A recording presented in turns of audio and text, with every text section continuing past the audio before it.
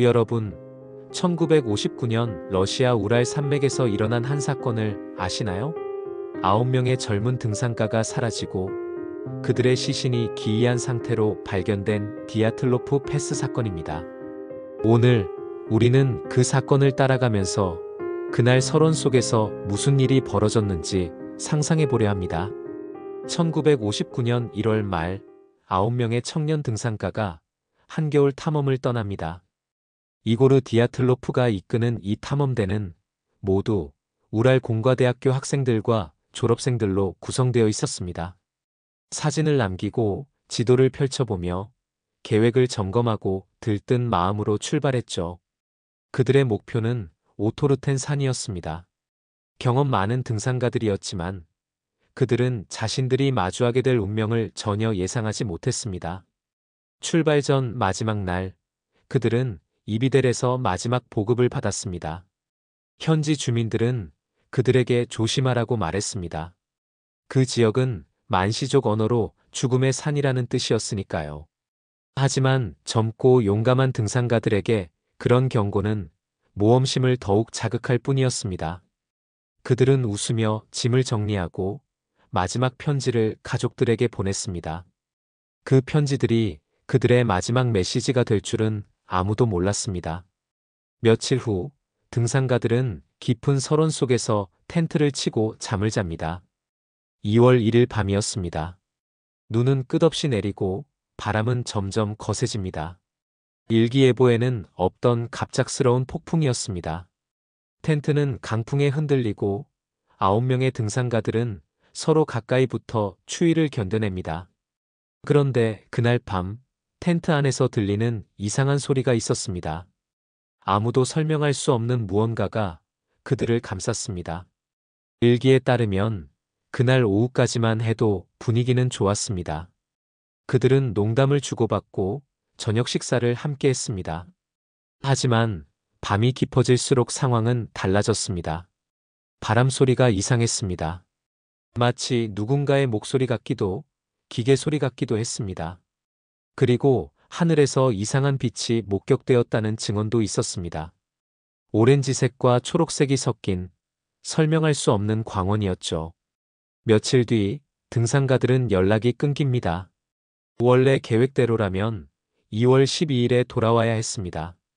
하지만 약속된 날이 지나도 그들은 나타나지 않았습니다.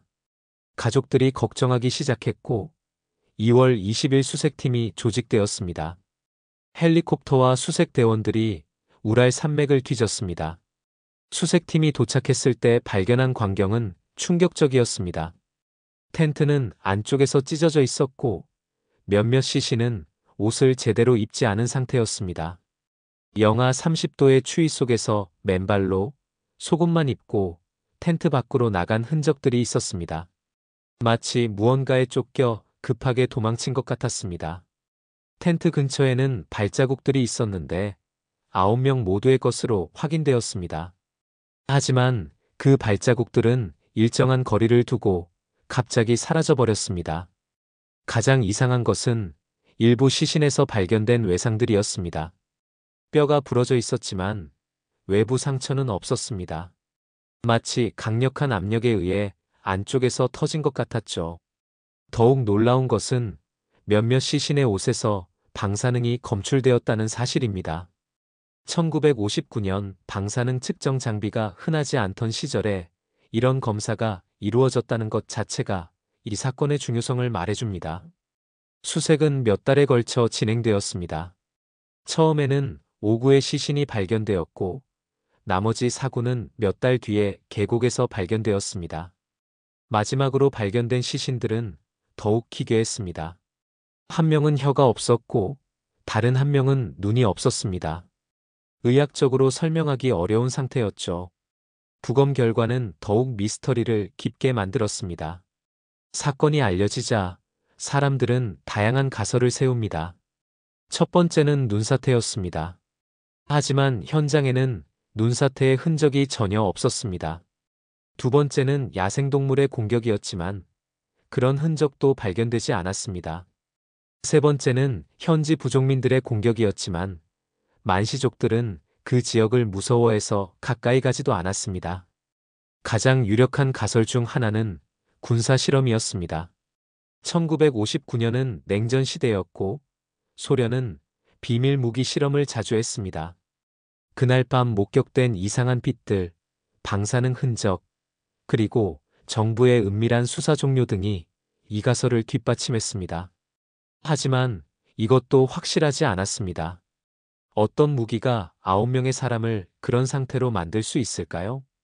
심지어 외계인의 존재까지 거론되었습니다.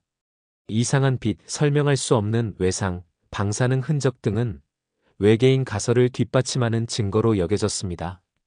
물론 과학적으로 입증할 수는 없었지만 다른 가설들로도 설명이 안 되는 상황에서 사람들은 이런 극단적인 가능성까지 고려하게 되었습니다. 하지만 모든 단서는 혼란을 더할 뿐이었죠. 그리고 우리가 주목할 건 그날 밤 그 설원에서 실제로 무슨 일이 벌어졌는가입니다. 공식 조사는 3주 만에 종료되었고 사건 파일은 기밀로 분류되었습니다. 이런 조치들이 오히려 더 많은 의혹을 불러일으켰습니다. 이제 상상해 봅시다. 2월 1일 밤 갑자기 몰아치는 폭풍 속에서 일어난 일을요. 텐트 안에서 자고 있던 9명의 등산가들이 갑자기 깨어납니다. 무언가 이상한 소리가 들렸기 때문입니다. 처음에는 바람 소리라고 생각했지만 점점 다른 것 같았습니다.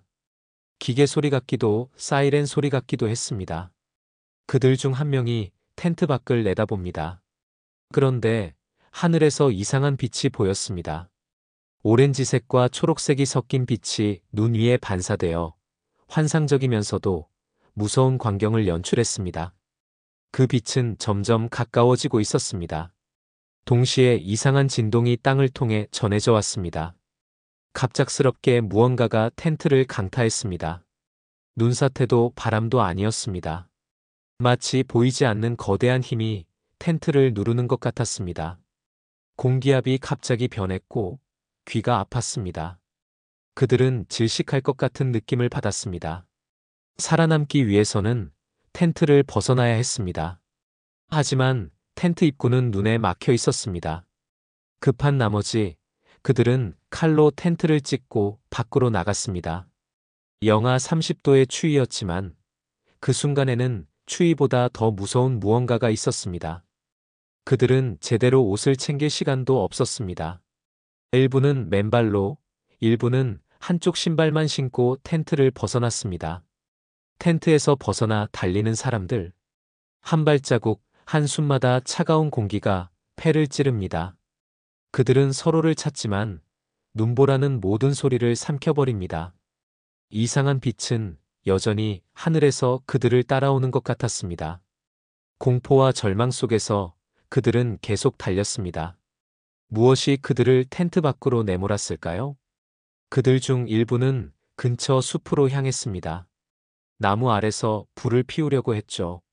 하지만 성냥이 제대로 붙지 않았고 손가락은 이미 동상에 걸리기 시작했습니다. 누군가는 나무를 부러뜨려 장작을 만들려고 했지만 추위에 떨리는 손으로는 쉽지 않았습니다. 그들의 마지막 몇 시간은 추위와의 사투였습니다. 다른 일부는 임시 은신처를 만들려고 했습니다. 눈을 파서 구덩이를 만들고 그 안에서 서로의 체온으로 추위를 이겨보려 했습니다. 하지만 그들의 몸은 이미 한계에 도달해 있었습니다. 적절한 장비 없이는 우랄 산맥의 겨울을 이겨낼 수 없었습니다. 그 과정에서 그들에게 무슨 일이 일어났는지는 아무도 모릅니다. 뼈가 부러지고 내부 장기가 손상되는 강력한 충격이 있었습니다. 하지만 외부 상처는 거의 없었습니다.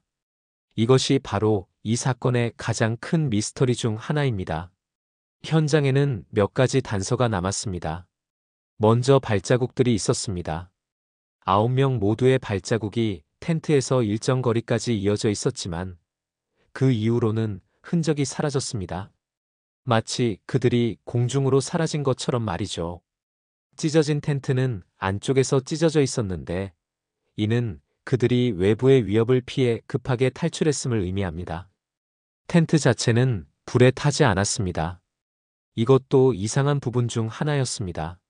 만약 그들이 추위 때문에 텐트를 떠났다면 왜 텐트에 불을 지피지 않았을까요?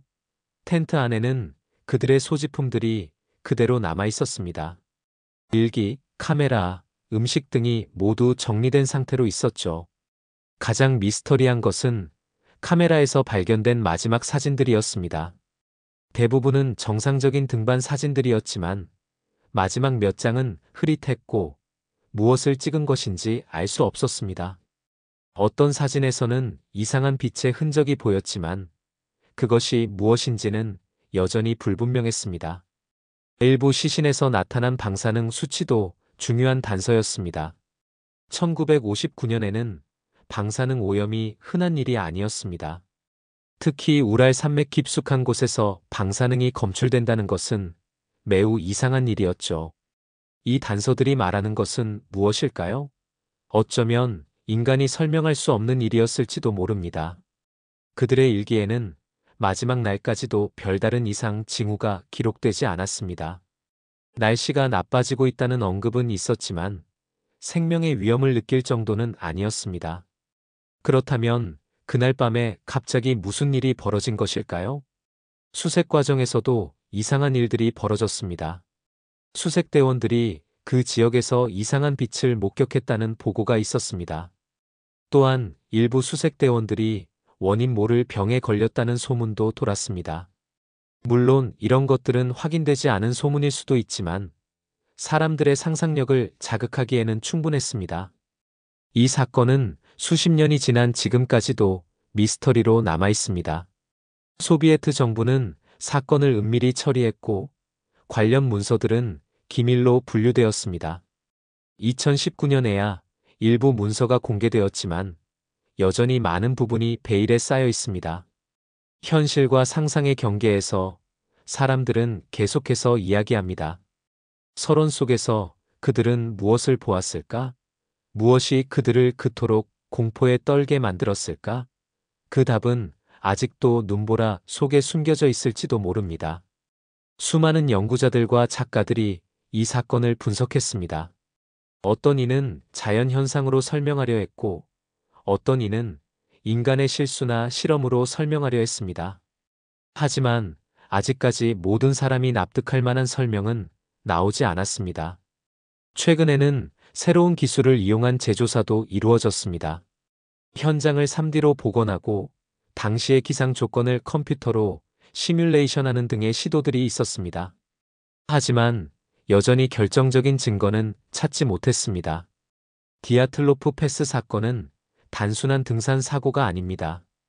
그것은 인간의 한계와 자연의 신비, 그리고 우리가 아직 모르는 이 세상의 비밀에 대한 이야기입니다. 9명의 젊은이들이 그날 밤 마주한 것이 무엇이든 그것은 그들의 생명을 앗아갔고 수십 년 동안 사람들의 마음속에 의문을 남겼습니다. 오늘의 디아틀로프 패스 이야기, 여러분은 어떻게 생각하시나요? 진실일 수도 상상일 수도 있습니다. 하지만 한 가지는 분명합니다. 그 서론 속에는 아직 밝혀지지 않은 비밀이 남아있고 우리는 그 흔적을 따라가며 조금씩 진실에 다가갈 뿐입니다. 어쩌면 진실은 우리가 상상하는 것보다 더 단순할 수도, 더 복잡할 수도 있습니다. 하지만 그것이 바로 미스터리의 매력이 아닐까요?